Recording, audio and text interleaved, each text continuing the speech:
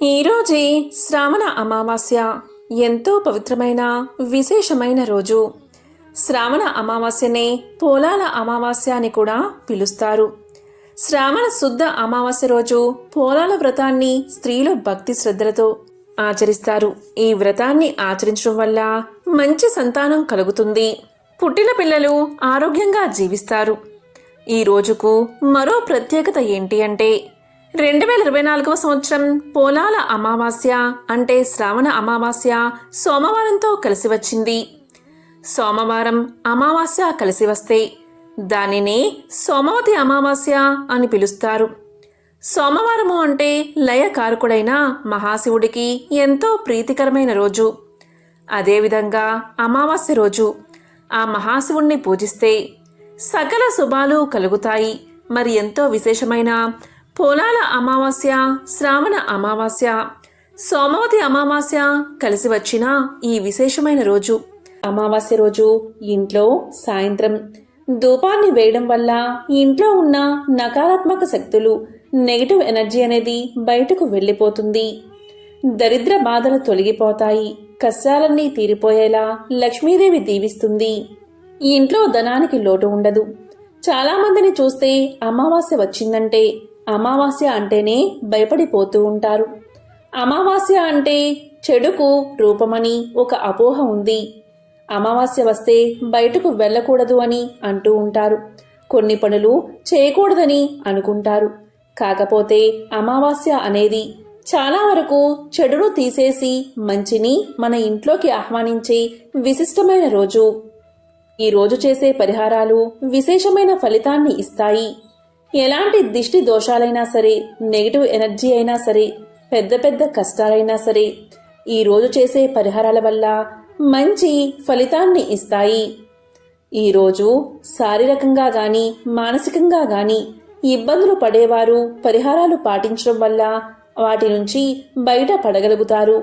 చాలామంది బయట నుంచి ఇంటికి వచ్చేటప్పుడు బయట కాళ్ళు కడుక్కోకుండా ఇంట్లోకి వెళ్ళి అప్పుడు బాత్రూంలో కాళ్ళు కడుక్కుంటారు. ఇలా చేయడం వల్ల బయట ఉన్న నెగిటివ్ ఎనర్జీ అనేది ఇంట్లోకి ప్రవేశిస్తుంది. అదేవిధంగా మన ఇంటికి మంచివాళ్ళు వస్తారు, చెడ్డవాళ్ళు వస్తారు. ఇలా మనుషులు వచ్చేటప్పుడు వారి వెంట నెగిటివ్ ఎనర్జీ కూడా ఇంట్లోకి ప్రవేశిస్తుంది. నెగిటివ్ ఎనర్జీ వల్ల ఇంట్లో సమస్యలు అధికమవుతాయి. కొంతమంది ఇంట్లోకి వచ్చి వెళ్ళాక మన ఇంట్లో కష్టాలు వచ్చాయని చాలామంది బాధపడ్డం మనం చూస్తూ ఉంటాం. అలా ఎందుకు అవుతుంది అంటే వారి ఒంట్లో ఏదైనా నెగిటివ్ ఉంటే అది మన ఇంట్లోనే ఉండిపోతుంది. పూర్వకాలంలో మన పూర్వీకులు బయటకు వెళ్లి రాగానే కాళ్ళను కడుక్కుని ఇంట్లోకి వెళ్లేవారు. ఇప్పటికీ కొన్ని గ్రామాల్లో ఇలా పరిహారాలను పాటిస్తూ ఉంటారు. మన పెద్దవారు కూడా ఈ పరిహారాన్ని పాటిస్తారు. ఎందుకంటే ఇలా చేయడం వల్ల మన ఇంట్లోకి చెడు రాదని, నెగిటివ్ ఎనర్జీ రాదని, మంచి జరుగుతుందని వారి నమ్మకం. ముఖ్యంగా పూర్వకాలంలో మన పూర్వీకులు, ఋషులు వారానికి ఒకసారి ఇంట్లో ధూపం వేసేవారు, లేదా 3 రోజులకు ఒకసారి ఇంట్లో ధూపం వేసేవారు. ఇలా వేయడం వల్ల నెగిటివ్ ఎనర్జీ అనేది లోపలికి రాదని, చెడు శక్తులు ఇంట్లో ఉంటే అవి బయటకు వెళ్ళిపోతాయని, దీనివల్ల ఇంట్లో వారి ఆరోగ్యం బాగుంటుందని, ఆర్థిక పరిస్థితి కూడా మెరుగుపడుతుందని వారి నమ్మకం. అందుకే ఇంట్లో ధూపం వేయమని మన పెద్దలు చెప్తూ ఉంటారు. ఇంట్లో ధూపం వేయడం వల్ల దుష్ట శక్తులు లోపలికి ప్రవేశించలేవు. అందుకే ధూపానికి అంత ప్రాధాన్యత ఉంది. ఈరోజు ఏం చెయ్యాలి అంటే మీరు వేపాకులను తీసుకోండి, ఎండబెట్టినవి లేదా వేపాకు పొడిని తీసుకోండి. ఈ వేపాకు అనేది అద్భుత ఫలితాలను తెచ్చిపెడుతుంది. ఇక రెండవది కర్పూరం, మూడవది గుగ్గిలం, మూడిటిని తీసుకోండి. వీటిని ఒక మట్టి పాత్రలోకి తీసుకుని అందులో వేసి వెలిగించండి. ఇలా వెలిగించాక పొగ వస్తుంది. ఇలా పొగ వచ్చాక ఇంట్లో మూలమూలలా ధూపం వేయండి. ఇలా వేయడం వల్ల మన ఇంట్లో ఉన్న దుష్ట శక్తులు, తెలియని దుష్ట శక్తులు ఉంటే అవి పారిపోతాయి. నకారాత్మక శక్తులు తొలగిపోతాయి. ఇది చాలా అద్భుతంగా పనిచేస్తుంది. ధూపం వేయడం అనేది ప్రపంచవ్యాప్తంగా అనేక సంస్కృతులు పాటిస్తున్న ఒక సాధారణ ప్రక్రియ. ఈ 3 పదార్థాలు మీకు దొరకకపోతే సాంబ్రాణి ధూపమైనా వేయండి. సాంబ్రాణి చాలా శక్తివంతమైన పదార్థం. ప్రజలు ఏదైనా శుభకార్యం చెయ్యాలి అనుకున్నప్పుడు సాంబ్రాణి వేస్తారు. ఎవరైనా అనారోగ్యంతో ఉన్నప్పుడు వారు చేసే మొదటి పని సాంబ్రాణి వేయడం. ఇది గాలిలో ఉండే ఇతర ఉపరితలాలపై ఉండే కొన్ని రకాల బ్యాక్టీరియాను కూడా చంపుతుందని విశ్వాసం. చీటికి మాటికి జబ్బు పడుతూ ఉన్నా, పిల్లలు అనారోగ్యంతో ఉంటున్నా, ఎప్పుడూ జ్వరాలతో బాధపడుతున్నా, ఏదో ఒక సమస్య వస్తూ ఉన్నా, విపరీతమైన సమస్యలను ఎదుర్కొనేవాళ్ళు వారంలో 2 సార్లు ఖచ్చితంగా ధూపం వేయండి. ఈ అమావాస్య రోజు సాయంత్రం 6 గంటలకు ఈ విధంగా ఇంట్లో ధూపం వేయండి. ఇలా చేయడం వల్ల మీ ఇంట్లో చాలా వరకు కూడా సుఖ సంతోషాలు నిండుకుంటాయి. చెడు అనేదే రాదు. ఇది 100% ఫలితాన్ని మీకు ఇస్తుంది. ఈ 3 పదార్థాలు దొరకవు అనేవారు నార్మల్గా సాంబ్రాణి ఎక్కడైనా దొరుకుతుంది. మట్టి మూకిట్లో బొగ్గులు వేసి సాంబ్రాణి ధూపం వేయండి. ఇలా చేస్తే చాలు, చక్కని ఫలితాలు మీకు కనబడతాయి. మీరు ధూపం వేసేటప్పుడు ఈరోజు 2 లవంగాలను దాంట్లో వేసి ఇల్లంతా ధూపం వేయండి. ఎందుకంటే ఈరోజు శుక్రవారం. శుక్రవారానికి అధిపతి శుక్రుడు. శుక్రుడికి ఇష్టమైనవి లవంగాలు. కాబట్టి ధూపం వేసేటప్పుడు 2 లవంగాలు వేసి ధూపం వేయండి. ఇలా చేయడం వల్ల ఇంట్లో ఉన్న చెడు అంతా బయటకు వెళ్ళిపోతుంది. అద్భుతమైన ఫలితాలు మీకు కలుగుతాయి. పిల్లలకు కూడా చాలా మంచి జరుగుతుంది. పిల్లలు మన మాట వింటారు. ఇంట్లో విపరీతమైన గొడవలు ఉంటే ఇలా చేయడం వల్ల అవన్నీ కూడా తగ్గిపోతాయి. సాంబ్రాణి ధూపం వేయడం వల్ల ఇంట్లో ఉన్న నెగిటివ్ ఎనర్జీ తొలగిపోతుందని జ్యోతిష్యులు చెప్తున్నారు. దేవుడికి మాత్రమే కాదు, ఇల్లంతా ధూపం వేయడం వల్ల ఆధ్యాత్మికంగానే కాకుండా ఆరోగ్యానికి కూడా చాలా మంచిది.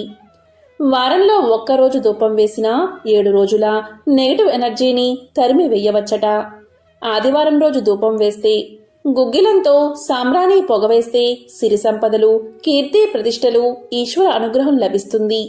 సోమవారం రోజు ధూపం వేస్తే ఆరోగ్య వృద్ధి, మానసిక ప్రశాంతత, అమ్మవారి అనుగ్రహం లభిస్తుంది. మంగళవారం రోజు ధూపం వేస్తే శత్రు భయం, ఈర్ష్య, అసూయ తొలగిపోతాయి. కంటికి సంబంధించిన సమస్యలు ఉండవు. అప్పుల బాధ తొలగిపోతుంది. బుధవారం రోజు ధూపం వేస్తే నమ్మక ద్రోహం, ఇతరుల కుట్ర నుంచి తప్పించుకోవడంతో పాటు పెద్దల ఆశీస్సులు లభిస్తాయి. గురువారం రోజు ధూపం వేస్తే, గుగ్గిలంతో సాంబ్రాణి ధూపం వేస్తే చేపట్టిన పనులు దిగ్విజయంగా పూర్తవుతాయి. శుక్రవారం రోజు ధూపం వేస్తే లక్ష్మీ కటాక్షం చేకూరుతుంది. శుభకార్యాలు జరుగుతాయి. అన్నిటా విజయం అందుకుంటారు. శనివారం రోజు ధూపం వేస్తే సోమరితనం తొలగిపోతుంది. ఈతి బాధలు ఉండవు. శనీశ్వరుడి అనుగ్రహం కలుగుతుంది. ప్రస్తుతం సాంబ్రాణి కడ్డీలు వెలిగిస్తున్నారు కానీ పూర్వం సాంబ్రాణి శుద్ధ చందనాన్ని కలిపి ఆవు పిడకల్లోనో గుగ్గిలంలోనే వెలిగించేవారు. ఇలా చేస్తే ఇంట్లో పరిసరాల్లో ఉండే దోమలు, సూక్ష్మక్రిములు ఈ పొగకి నశిస్తాయి.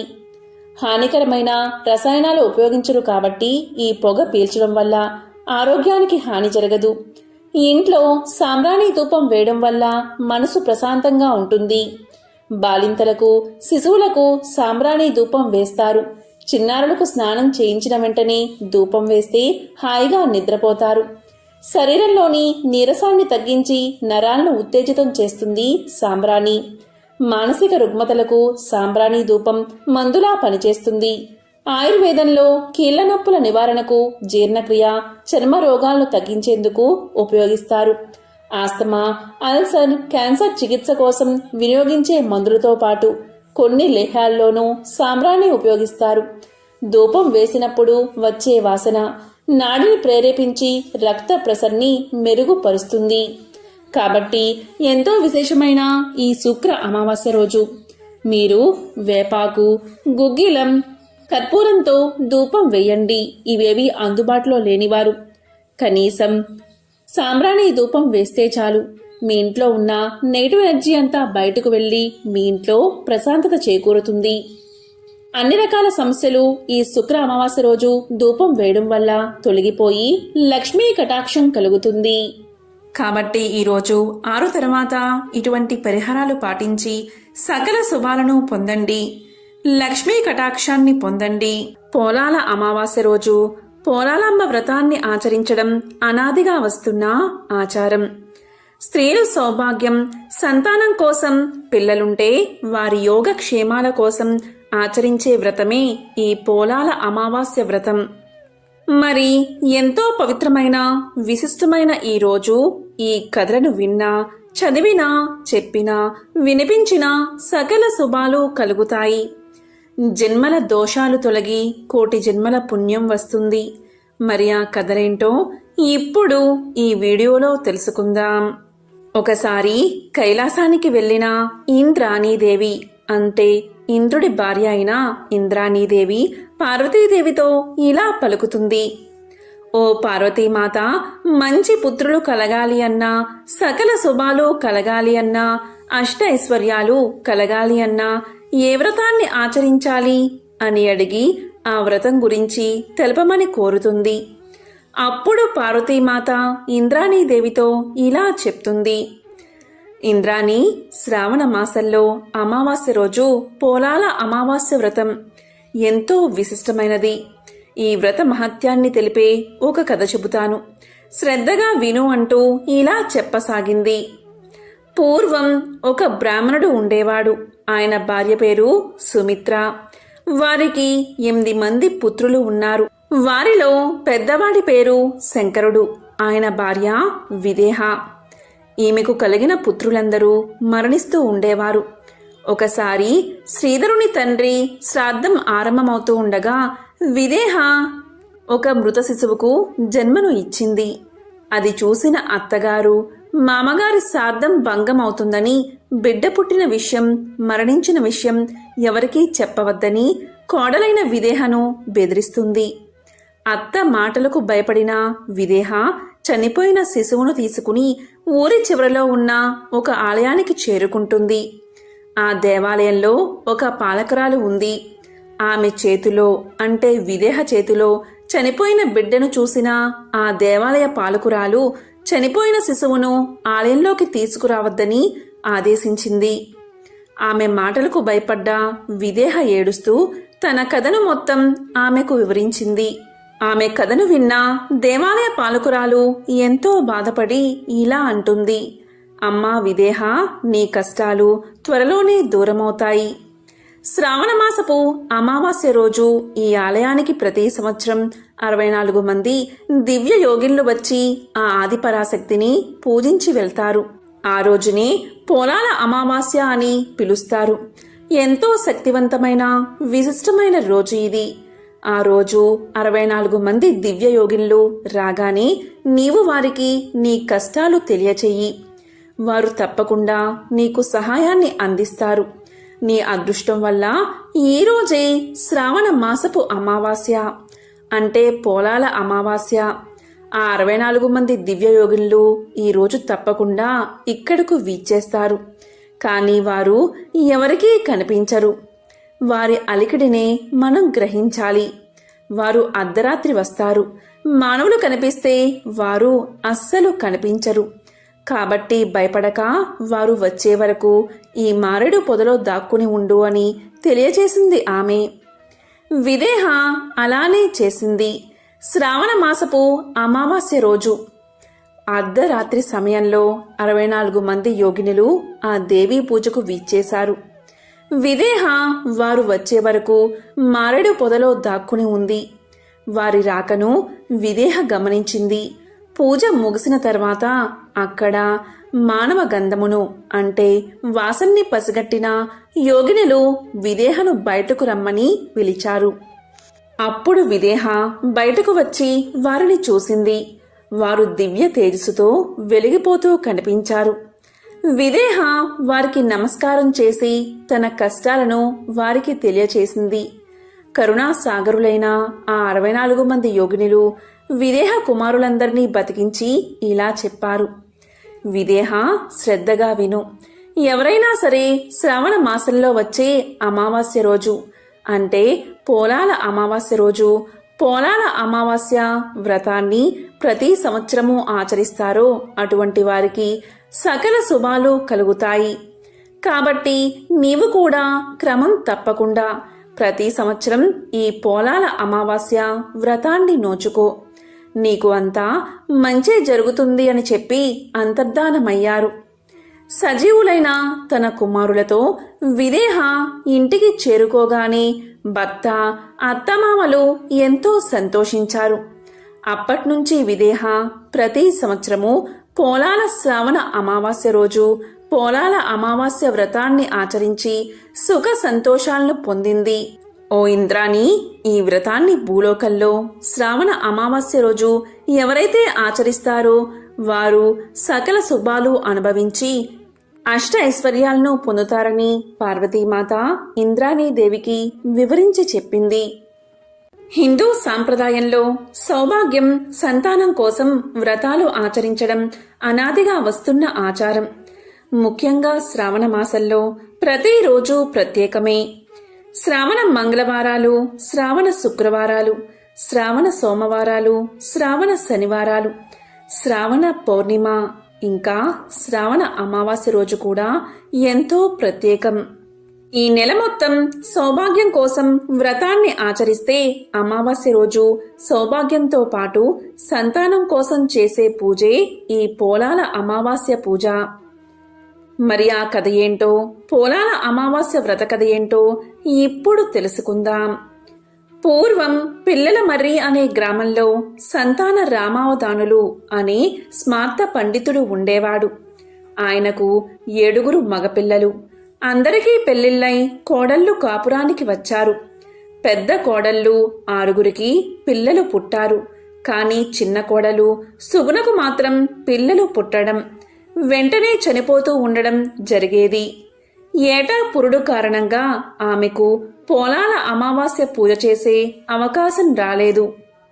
ఆ కారణంగానే ఏ కోడలికి ఆ 6 సంవత్సరాలు పోలాల అమావాస్య వ్రతం చేసుకోవడం కుదరలేదు. అందుచేత సుగుణంటే వారికి చాలా కోపం. సూటిపోటి మాటలతో బాధ పెట్టేవారు. 7వ సంవత్సరం సుగుణ మరొకసారి గర్భవతి అయ్యింది. ఈసారి సుగుణను పిలవకుండా వ్రతం చేసుకోవాలని పెద్ద కోడళ్లు నిర్ణయించుకున్నారు. సరిగ్గా శ్రావణ అమావాస్య నాడు సుగుణకు ప్రసవమై మృత శిశువును కంది. ఈ సంగతి తోటి కోడళ్లకు తెలిస్తే తన్ను వ్రతానికి పిలవరని అనుకుని చనిపోయిన బిడ్డను తన గదిలో దాచి ఎవరికీ అనుమానం రాకుండా తన కడుపు దగ్గర చిన్న గుడ్డల మూట ఉంచి తన తోటి కోడలతో కలిసి పోలాల అమావాస్య వ్రతాన్ని ఆచరించింది. ఆ తరువాత తను ఇంటికి వచ్చి మరణించిన తన పుత్రుణ్ణి ఎత్తుకుని కన్నీటితో శ్మశానానికి వచ్చి గతంలో తన పుత్రుల సమాధుల దగ్గర కూర్చుని కన్నీరు మున్నీరుగా విలపించసాగింది. అప్పటికే బాగా చీకటి పడింది. ఆ సమయంలో గ్రామ సంచారానికి బయలుదేరిన పోలాలమ్మదేవి సుగుణ దగ్గరకు వచ్చి ఇలా పలికింది. సుగుణ, ఈ ఊళ్ళోని వారందరూ నాకు మొక్కేందుకు వస్తారు. పాయసం, వడలు, నైవేద్యం తెస్తారు. ఎడ్లకు రంగులు వేసి నెమలి పింఛం పెట్టి గాలి ధూళి తగలకుండా ప్రదక్షిణం చేయిస్తారు. పాలేర్లు, కళ్ళు తెస్తారు. వాళ్ళ పెళ్ళాలు కడవలతో పానకం తెస్తారు. నువ్వెందుకు శవాలు నా చుట్టూ బొంద పెడుతున్నావు అని ప్రశ్నించింది. దానికి సుగుణ ఇలా పలికింది. అమ్మా పోచమ్మ తల్లి, 1000 కళ్ళ తల్లివి, నీకు తెలియంది ఏముంది? తల్లి, నేను పూర్వజన్మలో ఏ పాపం చేశానో నాకు పుట్టిన సంతానం ఎప్పటికప్పుడు మరణిస్తున్నారు అని బాధపడింది. అప్పుడు పోచమ్మ తల్లి ఇలా పలికింది. బ్రాహ్మణమ్మ, పోయిన జన్మలో పోలాల అమావాస్య పేరంటాలు రాకముందే పిల్లలు ఏడిస్తే ఎవరూ చూడకుండా పాయసం, గారెలు పెట్టావు. పులుపు తీపి సరిపోయిందో లేదో అని చవి చూశావు. మడి తడి లేకుండా అన్నీ అమంగళం చేశావు. అందుకే పిల్లలు ఇలా పుట్టి చనిపోతున్నారు అని చెప్పింది. తన తప్పును తెలుసుకున్న ఆ సుగుణ పోచమ్మ తల్లి కాళ్ళమీద పడి తనను క్షమించమని వేడుకుంది. పోలాలమ్మదేవి జాలిపడి ఇలా పలికింది. సుగుణ, బాధపడకు. నీ పుత్రుల సమాధుల దగ్గరకు వెళ్ళి ఏ పేర్లైతే నీ పిల్లలకు పెట్టాలి అనుకున్నావో ఆ పేర్లతో వారిని పిలువు అని చెప్పి మాయమైపోయింది. సుగుణ వెంటనే ఆ సమాధుల దగ్గరకు వెళ్ళి తన పుత్రులను పేరు పేరునా పిలిచింది. వెంటనే ఆ సమాధుల నుంచి ఆమె పిల్లలు సజీవంగా లేచివచ్చి తమ తల్లిని కౌగలించుకున్నారు. సుగుణ ఆనందంగా వారిని దగ్గరకు తీసుకుని వారిని వెంటబెట్టుకుని ఇంటికి వచ్చి జరిగిందంతా తన తోటి కోడళ్లకు చెప్పింది. అందరూ ఎంతో సంతోషించారు. ఆనాటి నుంచి ప్రతి శ్రావణ అమావాస్య నాడు ఈ వ్రతాన్ని ఆచరిస్తూ పిల్లా పాపలతో ఆనందమయ జీవితాన్ని అనుభవించి తరించింది సుగుణ. పోలాల అమావాస్య వ్రతాన్ని శ్రావణ అమావాస్య నాడు ఆచరించాలి.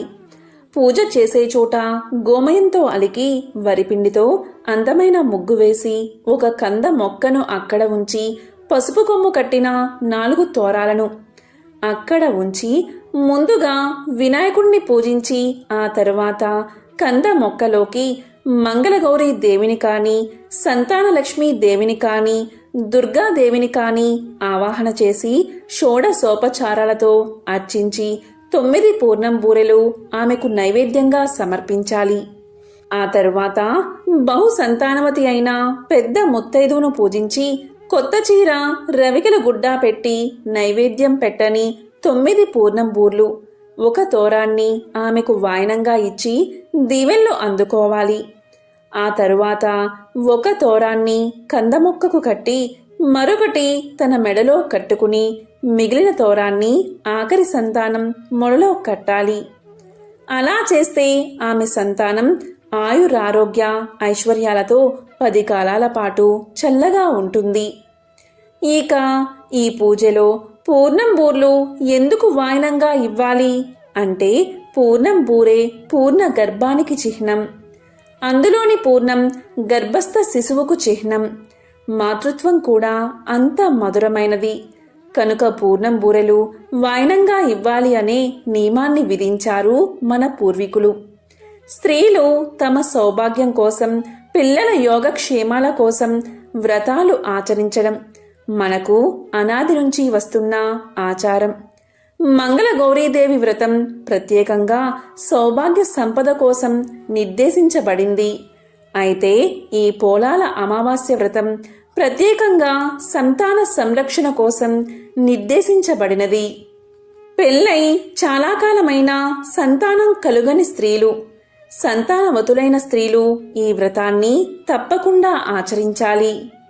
పోలాలమ్మ తల్లి గ్రామ దేవతగా పూజలందుకుంటూ ఉంటుంది.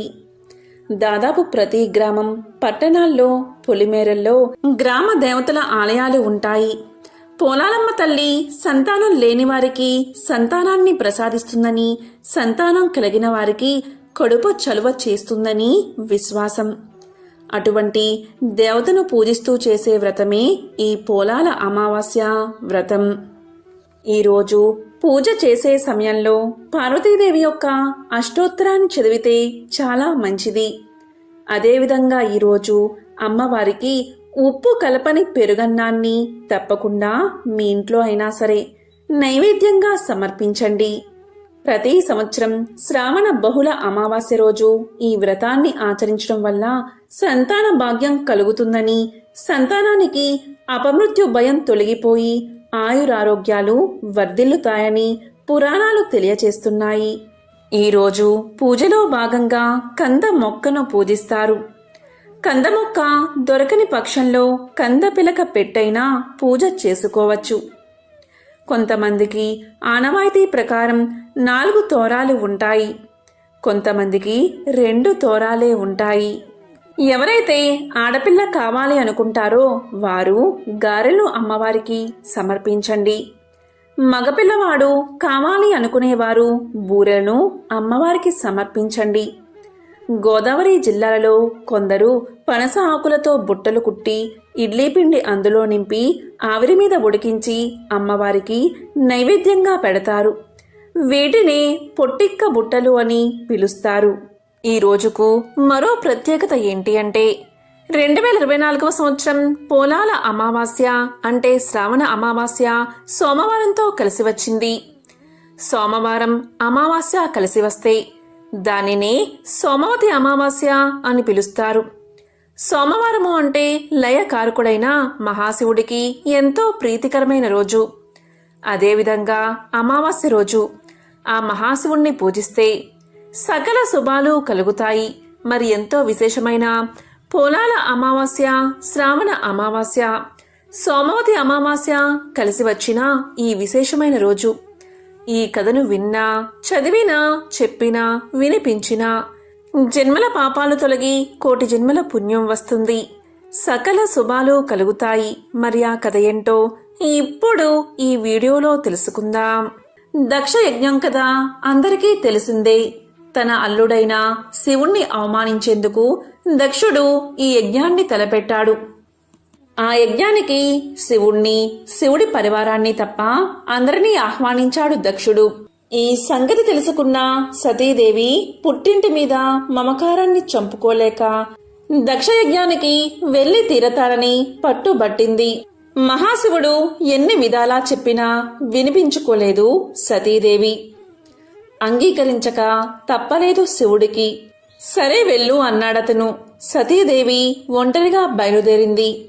ఆమె అలా ఒంటరిగా బయలుదేరడం ప్రమదులకి ఆందోళన కలిగించింది.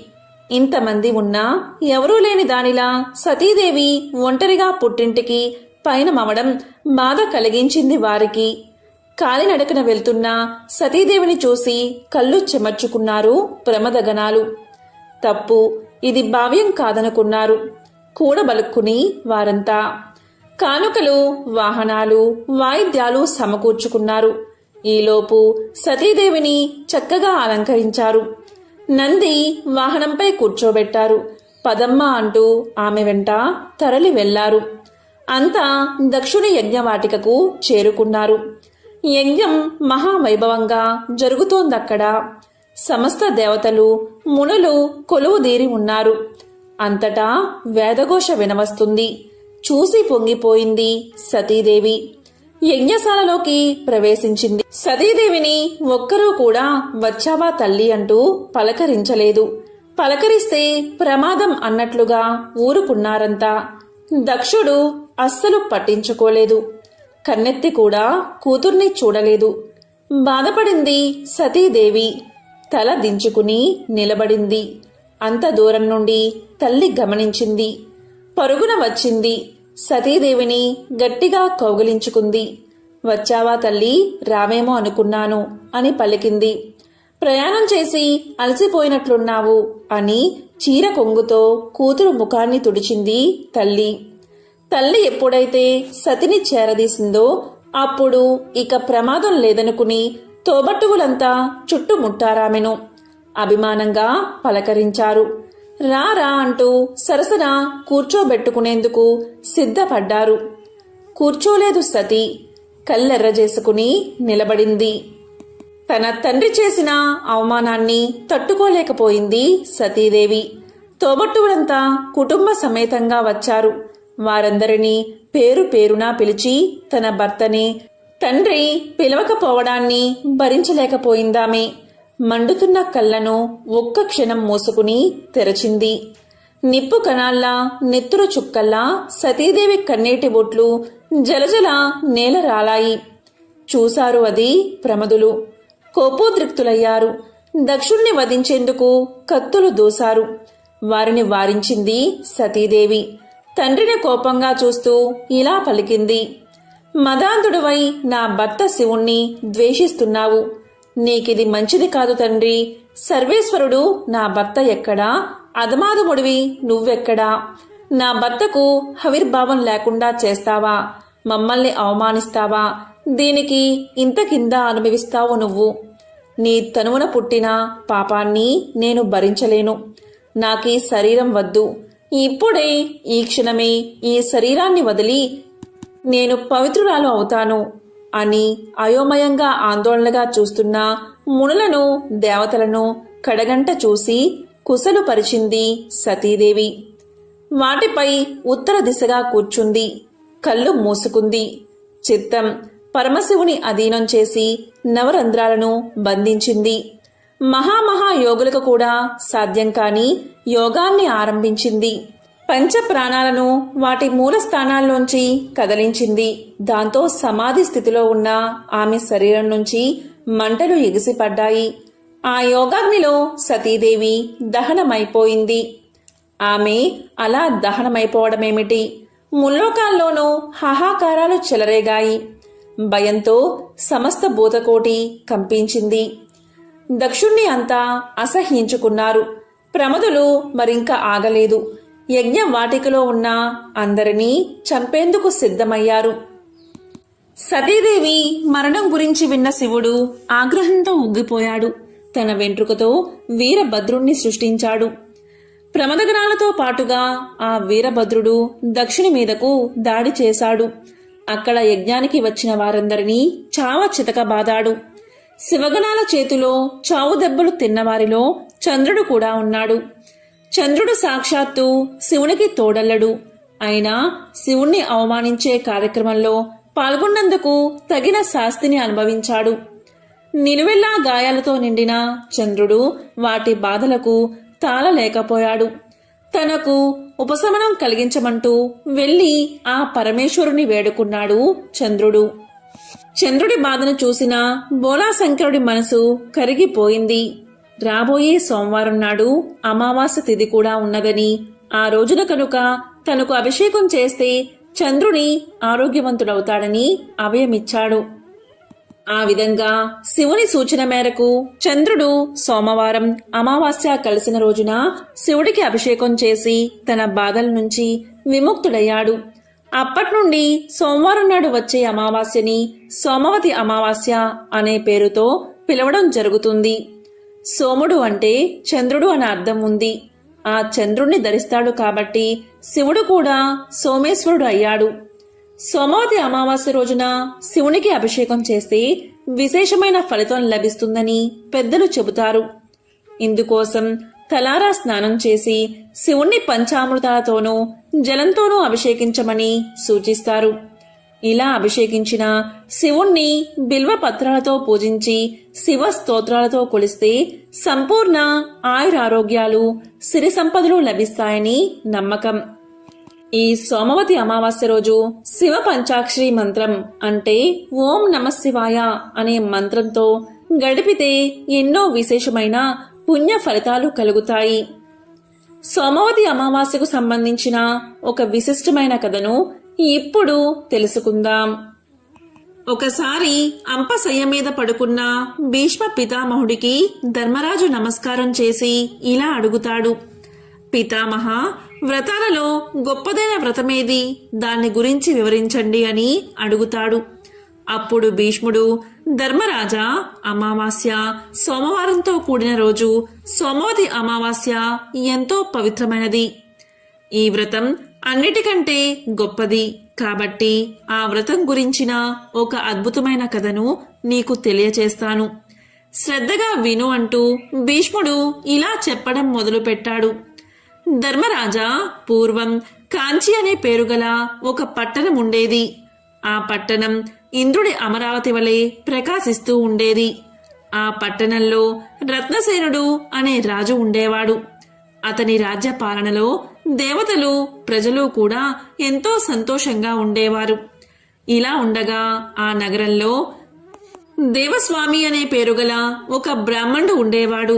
ఆయన భార్య పేరు ధనవతి. ధనవతి మహాలక్ష్మి వలె ప్రకాశిస్తూ ఉండేది. ఆమెకు 7 కొడుకులు, అలాగే ఒక అందమైన కూతురు ఉండేది. ఈ విధంగా కొడుకులు, కోడళ్ళు, మనవళ్ళు, మనవరాలతో ఎంతో సంతోషంగా ఉండేవారు. ఇలా ఉండగా ఒకరోజు ఒక బ్రాహ్మణుడు భిక్ష కోసం వచ్చాడు. దేవస్వామి కుటుంబం వారంతా అతనికి ఆతిథ్యం ఇచ్చారు. భోజనం ముగిశాక అతను వెళ్లే ముందు దేవస్వామి యొక్క 7 కోడళ్లను సుమంగళిగా ఉండమని దీవించి దేవస్వామి యొక్క కూతురుని నిండు నూరేళ్లు జీవించు అని దీవించాడు. ఇది విన్న దేవస్వామి భార్య ధనవతి ఆ బ్రాహ్మణుణ్ణి, మీరు ఎందుకు నా కుమార్తెను అలా దీవించారు అని అడుగుతుంది. అప్పుడు ఆ బ్రాహ్మణుడు ఇలా సమాధానం చెప్తాడు. ఓ ధనవతి, నీ కుమార్తె గురించి చెప్తాను విను. నీ కుమార్తె వివాహ సమయంలో సప్తపది మధ్య ఆమె భర్త చనిపోతాడు. ఆమెకు వైధవ్యం ప్రాప్తిస్తుంది. అందుకే నేను ఇలా దీవించాను అని సమాధానం చెప్తాడు. దానికి తల్లి ధనవతి ఎంతో బాధపడి అతనికి నమస్కారం చేసి దీన్ని పోగొట్టుకునే ఉపాయం చెప్పమని ప్రాధేయపడుతుంది. దానికి బ్రాహ్మణుడు ఇలా చెప్తాడు. ఓ ధనవతి, ఈమె వివాహ సమయంలో సోమ అనే ఆమె వచ్చి ఈమె వైధవ్యాన్ని పోగొడుతుందని సమాధానం చెప్తాడు. దానికి ధనవతి, ఓ బ్రాహ్మణ శ్రేష్ఠ, ఈ సోమ అనే ఆమె ఎవరు, ఎక్కడ ఉంటుంది అని అడుగుతుంది. దానికి బ్రాహ్మణుడు ఇలా చెప్తాడు. సోమ అనే ఆమె సింహళ దేశంలో ఒక చాకలి స్త్రీ. ఆమె మీ ఇంటికి వస్తే మీ కూతురు యొక్క వైధవ్యం తొలగిపోతుందని చెప్పి ఆ బ్రాహ్మణుడు వెళ్ళిపోతాడు. ఇక ధనవతి తన కొడుకుల్ని పిలిచి జరిగిందంతా చెప్తుంది.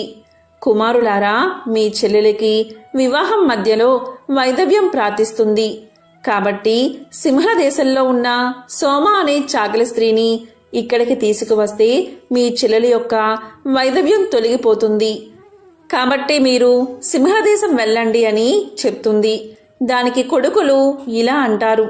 ఓ తల్లిదండ్రులారా, కుమార్తె యందు ఉన్న ప్రేమతో 7 సముద్రాల అవతల ఉన్న సింహళ దేశానికి మమ్మల్ని పొమ్మంటున్నారు.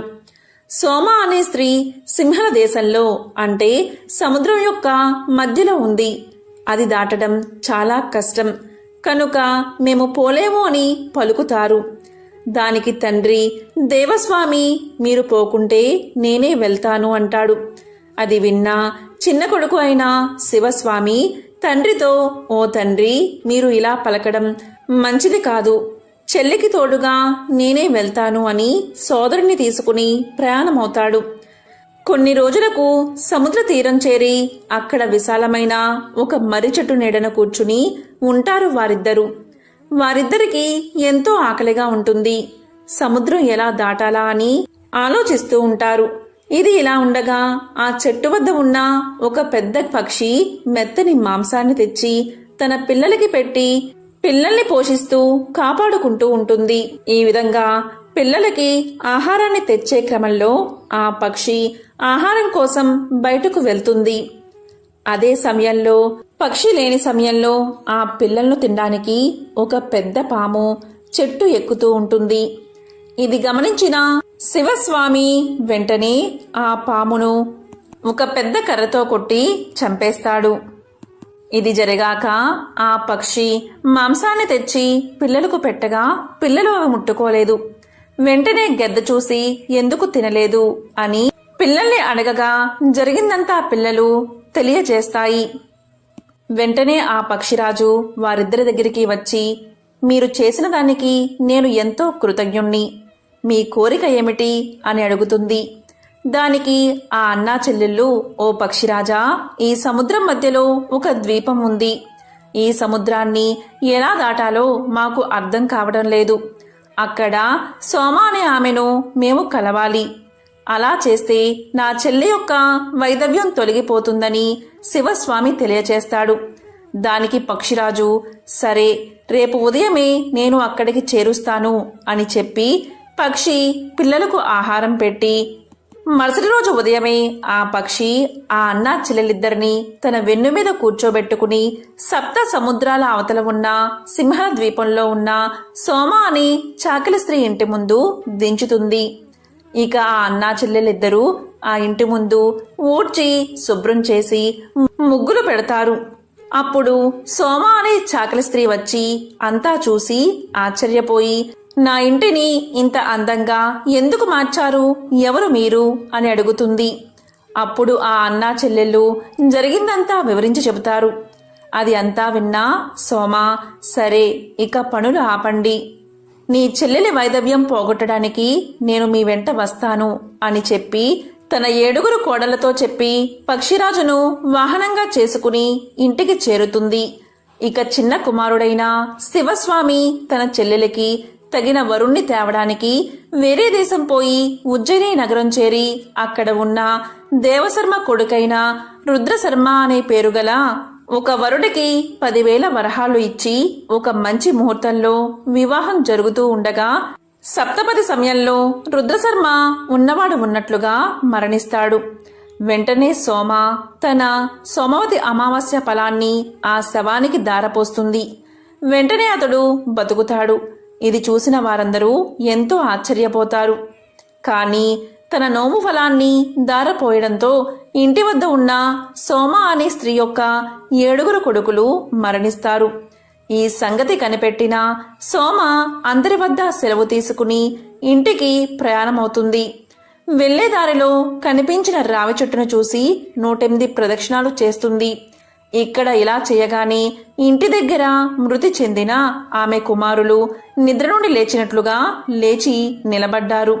చాకలి స్త్రీ సోమ ఇంటికి చేరగా 7 కోడళ్ళు ఆమె చుట్టూ చేరి జరిగిన అద్భుతం గురించి చెప్పి ఇలా ఎందుకు జరిగిందో చెప్పమనగా చాకలి స్త్రీ సోమ సోమవతి అమావాస్య యొక్క వ్రతఫలమని చెప్పి ఆ కోడళ్ల చేత కూడా ఆ వ్రతాన్ని ఆచరింపచేసింది. సోమవారం అమావాస్యతో కూడిన రోజు రావి చెట్టు చుట్టూ ప్రదక్షిణ చేసి చివరిలో ఒక పండును చెట్టు మొదట్లో పెట్టి నమస్కారం చేయాలి అని ధర్మరాజుకు భీష్మ పితామహుడు తెలియచేస్తాడు. ఎంతో విశేషమైన ఈ సోమవతి అమావాస్య రోజు పితృలకు పిండ ప్రదానం చేయడం ఎంతో మంచిది. అలాగే ఈ రోజు వివాహితులు అవివాహితులు రావి చెట్టు చుట్టూ 108 ప్రదక్షిణలు చేయడం వల్ల కోరుకున్న కోరికలు నెరవేరతాయట. ఈ రోజు శ్రీ మహాలక్ష్మి సమేత శ్రీమన్నారాయణ్ణి పార్వతీ పరమేశ్వరులను పితృదేవతలను పూజించాలి.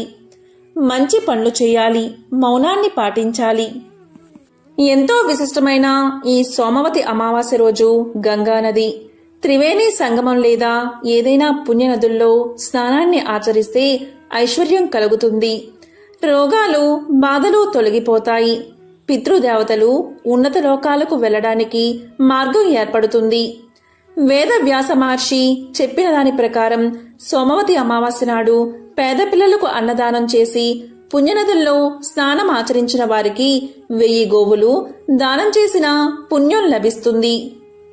సోమవతి అమావాస్య రోజున పూర్వీకులను స్మరించుకుంటూ నువ్వులను సమర్పించాలి. అదేవిధంగా లేని వారికి వస్త్రాలను దానం చేస్తే కూడా ఎంతో మంచిది. కలబంద మొక్క చాలా శక్తివంతమైనది. కలబంద మొక్కలో త్రిమాతలు ఉంటారు. పార్వతీదేవి, లక్ష్మీదేవి, సరస్వతీదేవి. ఈ 3 దేవతలు కూడా కలబంద మొక్కలో కొలువై ఉంటారు. ఔషధ మొక్కగా కలబంద ప్రసిద్ధి చెందింది. ఎక్కువగా చర్మ సంబంధిత ఉత్పత్తుల్లో, ఇతర ఉత్పత్తుల్లో కలబంద మొక్కను విరివిరిగా వాడుతూ ఉంటారు. కలబంద మొక్కను ఇంట్లో పెంచుకోవడం వల్ల ప్రతికూల శక్తులన్నీ తొలగిపోతాయి. సానుకూల శక్తులు మీ ఇంట్లోకి ప్రవేశిస్తాయి. ఇక అమావాస్య రోజు కొన్ని పరిహారాలు పాటించడం వల్ల ఇంట్లో ఉండే దరిద్రాన్ని పోగొట్టుకోవచ్చు. లక్ష్మీదేవిని మన ఇంట్లోకి ఆహ్వానించవచ్చు. కలబంద మొక్కతో ఈ అమావాస్య రోజున ఏం పరిహారం చేస్తే ధనాదాయం పెరుగుతుందో, ఆరోగ్యం ప్రాప్తిస్తుందో ఇప్పుడు తెలుసుకుందాం. కలబంద మొక్కతో అమావాస్య రోజు పరిహారాన్ని పాటించడం వల్ల నరదృష్టి, నరఘోష తొలగిపోతాయి. మరి ఏం చెయ్యాలి అంటే ఈరోజు ఒక చిన్న కలబంద మొక్కను ఇంటికి తెచ్చుకోండి. కలబంద మొక్క పెద్దదైతే ఆ మొక్కకు పక్కన పిలకలు వస్తాయి. ఆ పిలకలనైనా సరే వేలతో సహా పీకి తెచ్చుకోండి. అలా చిన్న కలబంద మొక్కను తెచ్చుకుని ఆ మొక్కను శుభ్రంగా కడగండి. నీటితో కడిగితే సరిపోతుంది. అలా కడిగిన తర్వాత ఆ కలబంద మొక్కను మీ చేతితో పట్టుకుని ఒకసారి ఇల్లంతా తిరగండి. ఇంట్లోని అన్ని గదుల్లో తిరగండి. అంటే కిచెన్, బెడ్రూమ్, హాల్, చివరికి బాత్రూంలో ఇలా అన్ని గదుల్లో తిరిగిన తర్వాత ఆ మొక్కను తీసుకుని మీ ఇంటి బయటకు వచ్చేయండి. అదే విధంగా మీ ఇంటి చుట్టూ 7 సార్లు తిరగండి. అంటే ప్రదక్షిణ చేసినట్లు సవ్య దిశలో 7 సార్లు తిరగండి. అలా తిరిగిన తర్వాత ఆ కలబంద మొక్కను తీసుకువెళ్లి మీ ఇంటి పెరట్లో కానీ లేదా మీరు మొక్కలు పెంచుకునే ప్రదేశంలో కానీ ఖాళీ స్థలంలో కానీ మొక్కలు నాటండి. నాటి దాన్ని పెంచండి. కలబంద మొక్క నాటడానికి ప్రదేశం లేదు అనుకునేవారు ఒక చిన్న కుండీలో కానీ డబ్బాలో కానీ ఈ కలబంద మొక్కను నాటండి. ఇలా మీ ఇల్లంతా తిప్పిన తర్వాత మీ ఇంటి ముందు కలబంద మొక్కను నాటితే ఆ కలబంద మొక్క మీ ఇంటిని కాపాడుతుంది. మీ కష్టాలను తొలగిస్తుంది. నరదృష్టి, నరఘోష, నరపీడను తొలగిస్తుంది. మీ ఇంట్లోకి ప్రవేశించే చెడు శక్తులను అడ్డుకుంటుంది. కాబట్టి ఈ రోజు సాయంత్రం 6లోపు ఏ సమయంలో అయినా సరే ఈ చిన్న పరిహారాన్ని తప్పనిసరిగా పాటించండి. అమావాస్య రోజు చేసే ఏ పరిహారమైనా కోటి రెట్ల ఫలితాలను ఇస్తుంది. కాబట్టి ఈ రోజు తప్పనిసరిగా ఈ పరిహారాన్ని పాటించండి. కలబంద మొక్క ఎవరి ఇంట్లో అయితే ఉంటుందో ఆ ఇంట్లోకి ఎటువంటి బ్యాక్టీరియా కానీ వైరస్ కానీ ప్రవేశించదు. అంతేకాదు, ప్రతి ఇంట్లో కలబంద మొక్కను 5 లేదా 6 మొక్కల వరకు పెంచుకుంటే అది మనకు చేసే మేలు అంతా ఇంతా కాదు. ప్రతి ఒక్కరూ ఇంటి ముందు ఒక కలబంద మొక్కను పెంచితే మన ఆరోగ్యం చాలా బాగుంటుంది. ఇది గాలిలోని వైరస్ ను కూడా చంపుతుంది. మన ఇంట్లోకి ఎటువంటి చెడుగాల్ని రానివ్వకుండా కాపాడుతుంది. అంతేకాదు, కలబంద చెట్టును ఇంట్లో పెంచుకుంటే ఆరోగ్యపరంగానే కాదు, అదృష్టపరంగా కూడా ఎంతో మేలు చేస్తుందని ఆధ్యాత్మికవేత్తలు చెబుతున్నారు. కలబందను ఇంట్లో పెంచుకుంటే సిరుల వర్షం కురుస్తుంది. అందుకే మన పూర్వీకులు కలబంద మొక్కను ఇంట్లో పెంచుకునేవారు. ఇది ఒక ఆచారంగా కూడా ఉంది. ఇది మన ఇంటిని నరదృష్టి నుంచి కాపాడుతుంది. ఎవరింట్లో అయితే కలబంద చెట్టు ఉంటుందో ఆ ఇంట్లో వాస్తు దోషాల వల్ల కలిగే బాధలు ఉండవు. ఆ ఇంట్లో లక్ష్మీ కటాక్షం తప్పనిసరిగా ఉంటుంది. ఏ ఇంట్లో అయితే కలబంద మొక్క ఉంటుందో ఆ ఇంట్లో 33 కోట్ల దేవతలు ఉన్నట్లే లెక్క. ఇలా అని శాస్త్రాలే చెబుతున్నాయి. ఎందుకంటే ఇది సకల దేవతల అనుగ్రహాన్ని మీకు కలిగిస్తుంది. కలబంద మొక్క వేర్లలో రాహు, కేతు, శనిశక్తి ఇమిడి ఉంటుంది. కలబంద పైభాగంలో బుధ, శుక్రులు నివసిస్తారు. ఈ పంచగ్రహాల కలయిక వల్ల మంచి ఫలితాలను కలబంద మనకి అందిస్తుంది. అందుకే కలబంద మొక్కను ఇంటికి కట్టుకుంటారు. ఇలా కట్టుకుంటే దైవిక శక్తులు ఎల్లవేళలా ఆ ఇంటిని కాపాడతాయని ఒక నమ్మకం. ఈ రోజు అంటే అమావాస్య రోజు కలబంద మొక్కను ఒకటి తీసి దాన్ని ఇంటికి కట్టుకోండి. ఇలా చేస్తే చాలు, నరదృష్టి తొలగిపోతుంది. నరుడు దృష్టికి నల్లరాయి కూడా పగులుతుందని ఒక సామెత ఉంది. అలాంటి నరదృష్టి ప్రతి ఇంటికి ఉంటుంది. కాబట్టి మీరు ఈ రోజు అంటే అమావాస్య రోజు ఒక కలబంద మొక్కను మీ ఇంటికి గుమ్మానికి కట్టండి. ఇలా చేస్తే ఆర్థిక సమస్యలు తొలగిపోతాయి. సాధారణంగా నరదృష్టి తొలగడానికి గుమ్మడికాయ లేదా పటికను అందరూ కడతారు. కానీ ఆ రెండి కంటే అద్భుత ఫలితాలను కలబంద మొక్క ఇస్తుంది. ఈ కలబంద మొక్క మొదలు వచ్చి బుధ, శుక్రుడి కలయిక, వేర్లు శని, రాహు, కేతువుల కలయిక. కాబట్టి ఈ 5 గ్రహాల కలయికతో ఇది శక్తివంతంగా పనిచేస్తుంది. ఎలా కట్టుకోవాలి అంటే అమావాస్య రోజు కలబంద మొక్కను సేకరించి మన ఇష్ట దైవం ముందు పెట్టి పసుపు కుంకుమలతో అలంకరణ చేసి అదే రోజు అంటే అమావాస్య రోజు సాయంత్రం పూట సింహద్వారానికి తలకిందులుగా వేలాడదీయండి. అంటే కలబంద మొక్క వేర్లు పైకి ఉండాలి. రాత్రి సమయంలో కడితే అంటే అమావాస్య గడిలో రాత్రి సమయంలో కడితే ఇంకా మంచిది.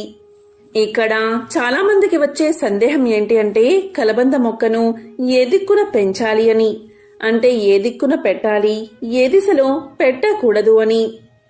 కలబంద మొక్క ఇంట్లో పెంచితే ఇంటికి శ్రేయస్సు కలుగుతుంది. ప్రతికూల శక్తులు ఇంట్లోకి ప్రవేశించకుండా సానుకూల శక్తి ప్రవాహాన్ని కలబంద పెంచుతుంది. కలబంద మొక్కను ఇంట్లో పెట్టుకోవడం అదృష్టం. మరి ఆ కలబంద మొక్కను ఏ దిశలో పెట్టాలో ఇప్పుడు తెలుసుకుందాం. వాస్తు శాస్త్ర ప్రకారం ఇంట్లో కలబంద మొక్కను నాటడం చాలా శుభప్రదం. కలబంద మొక్క కష్టతరమైన జీవితాన్ని మెరుగుపరచడం మాత్రమే కాకుండా ప్రతి పనిలోనూ విజయాన్ని తీసుకువస్తుంది. కలబంద మొక్క నాటిన చోట ప్రేమ, శ్రేయస్సు, సంపద, ప్రతిష్ట పెరుగుతాయి. ఈ మొక్కను ఇంట్లో నాటడానికి సరైన దిశను జాగ్రత్తగా చూసుకోవాలి. కలబంద మొక్కను ఇంటికి తూర్పు వైపున నాటడం మంచిది. అలాగే ఇంటికి ఆగ్నేయ భాగంలో కూడా నాటవచ్చు. మీకు ఉద్యోగంలో పురోగతి కావాలి అంటే కలబంద మొక్కను ఇంటికి పడమర వైపున నాటాలి. కలబంద మొక్కను పొరపాటున కూడా ఈ ఇంటికి వాయువ్య దిశలో నాటకూడదని గుర్తించుకోవాలి. వాస్తు ప్రకారం ఈ మొక్కను ఇంట్లో వాయువ్య దిశలో నాటడం వల్ల అనేక ఇబ్బందులు వస్తాయి. ప్రతికూల పరిస్థితులు ఎదుర్కోవాల్సి వస్తుంది. వాస్తవంగా వాస్తు ప్రకారం కలబంద మొక్క పెడితే అనేక సమస్యలు తొలగిపోతాయి. కలబంద మొక్కను ఇంట్లో నాటడం వల్ల ఇంట్లో పాజిటివ్ ఎనర్జీ పెరుగుతుంది. ఇంట్లో ఉన్న నెగటివ్ ఎనర్జీ తొలగిపోతుంది. కుటుంబంలో సంతోషం వెళ్లి విరుస్తుంది. ఈ ఇంటికి ఆగ్నేయ దిశలో కలబంద మొక్కను పెంచడం వల్ల డబ్బు, ప్రమోషన్లు లభిస్తాయి. ఇంటి బాల్కనీలో, గార్డెన్లో కలబంద మొక్కను పెట్టుకుంటే ప్రతికూల శక్తులు లోపలికి ప్రవేశించకుండా ఉంటాయి. కాబట్టి కలబంద మొక్కను పెట్టుకునే విషయంలో ఖచ్చితంగా వాస్తు నియమాలను ఏ దిశలో పెట్టాలి అనే విషయాలను మనం గుర్తించుకోవాలి. కలబంద మొక్కను ఆయుర్వేదంలో అమృత వృక్షము అని పిలుస్తారు. ఎందుకంటే ఇందులోని సర్వాంగాలు మానవుడి ఆరోగ్యానికి ఎంతగానో సహాయపడతాయి. కలబంద మొక్కను ఇంట్లో పెంచుకోవడం వల్ల వైరస్ వల్ల కలిగే వ్యాధులు మీ దరి చేరవు. ఏం చెయ్యాలి అంటే ఒక కలబంద మొక్కను కత్తిరించి మధ్యలోకి కోసి శుభ్రంగా కడగండి. దాంట్లో ఉన్న గుజ్జును తీసి దీన్ని పరగడుపున సేవిస్తే చాలు. ఇది శరీరంలోని యాంటీబాడీస్ పెరిగేలా చేసి శరీర రక్షణ వ్యవస్థను దృఢపరుస్తుంది.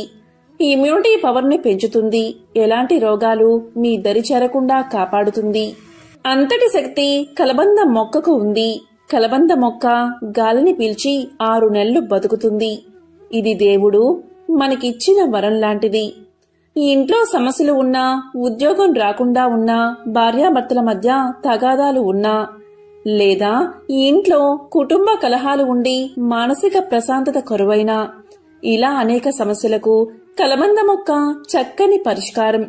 కాబట్టి కలబంద మొక్కను ఇంట్లో పెంచుకోండి. మీ ఇంట్లో స్థలం లేకపోతే కనీసం కుండీలో అయినా కలబంద మొక్కను పెంచండి. ముఖ్యంగా పిల్లలు ఉంటే అలాంటి వారు కలబంద మొక్కను తప్పనిసరిగా పెంచాలి. ఎందుకంటే బయట విషవాయువుల వల్ల పిల్లలు, పెద్దలు తరచూ అనారోగ్యానికి గురవుతారు. అలాంటి విషగాలులను మన ఇంట్లోకి రాకుండా స్వచ్ఛమైన గాలిని మనకు అందిస్తుంది కలబంద. ఎవరి ఇంట్లో అయితే కలబంద ఉంటుందో అటువంటి వారి ఇంట్లో వ్యాధులు రావు. ఈ రహస్యం తెలుసుకుని పాటించి చూడండి. ఈ రోజుల్లో చాలా మంది ఎదుర్కొనే సమస్య మోకాళ్ల నొప్పులు. దీన్ని తగ్గించే శక్తి కలబందకు ఉంది.